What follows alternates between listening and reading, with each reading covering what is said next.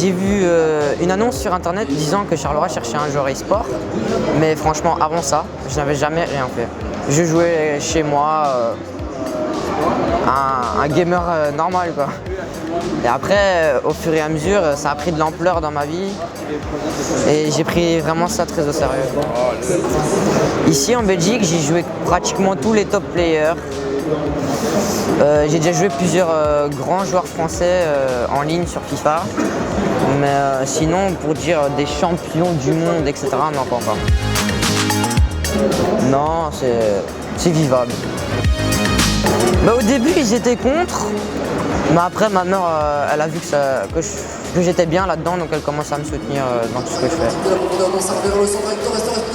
Manu Pogba pour Rashford. Rashford, plutôt que de magnifiquement placé, le tir peut-être non, ça a voulu jouer sur la passe et malheureusement c'était la mauvaise. Alors je m'appelle Guillaume Beckman, alias Arctic dans tout ce qui est e-sport, etc. J'ai 17 ans et demi, je vais avoir 18 ans en 19 octobre. Avec Citric, donc un autre membre du même studio que moi, nous commentons des matchs FIFA, donc en l'occurrence FIFA 18, mais plus tard ce sera FIFA 19.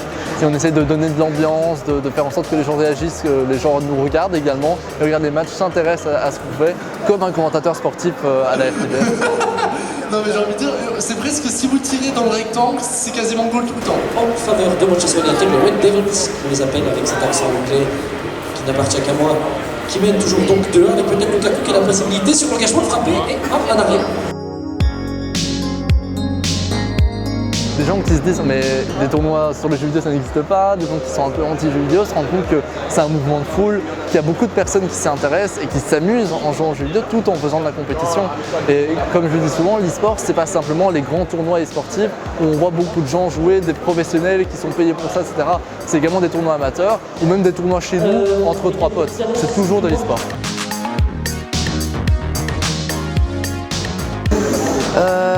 On a quelques années de retard sur la France, comme beaucoup de gens peuvent le constater, mais tout commence à se mettre en place petit à petit. D'ici 2-3 ans, on pourra rivaliser avec la France, dire qu'on peut en faire son métier, parce qu'ici en Belgique, c'est encore trop tôt pour en faire son métier. C'est ça. La roulette qui est passée et malheureusement ça ne permettra aucune action décisive. FIFA est un peu une figure de proue dans l'e-sport belge avec League of Legends et Counter-Strike Global Offensive. Donc c'est vraiment très intéressant justement de voir de plus en plus de tournois se développer. Alors on n'a effectivement pas des tournois avec beaucoup de professionnels parce qu'ils sont peu nombreux en Belgique, ce qui est assez normal vu le territoire, etc.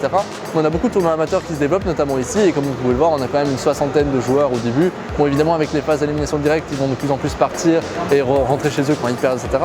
Mais quand même, il y a de plus en plus de tournois et c'est vraiment très intéressant à suivre. Et ça donne justement encore plus de valeur à notre job de commentateur, vraiment de donner de l'émotion, de faire en sorte que les gens réagissent avec nous, ressentent les goals, etc. et qu'ils soient heureux. C'est vraiment le but principal. D'ailleurs pour la petite info quand même, c'est intéressant, on a un Belge qui a fini vice-champion du monde de FIFA 18, Stéphane Opina, donc côté flamand. Et ça c'est encore un événement de plus qui fait que l'e-sport prend de l'envergure en Belgique.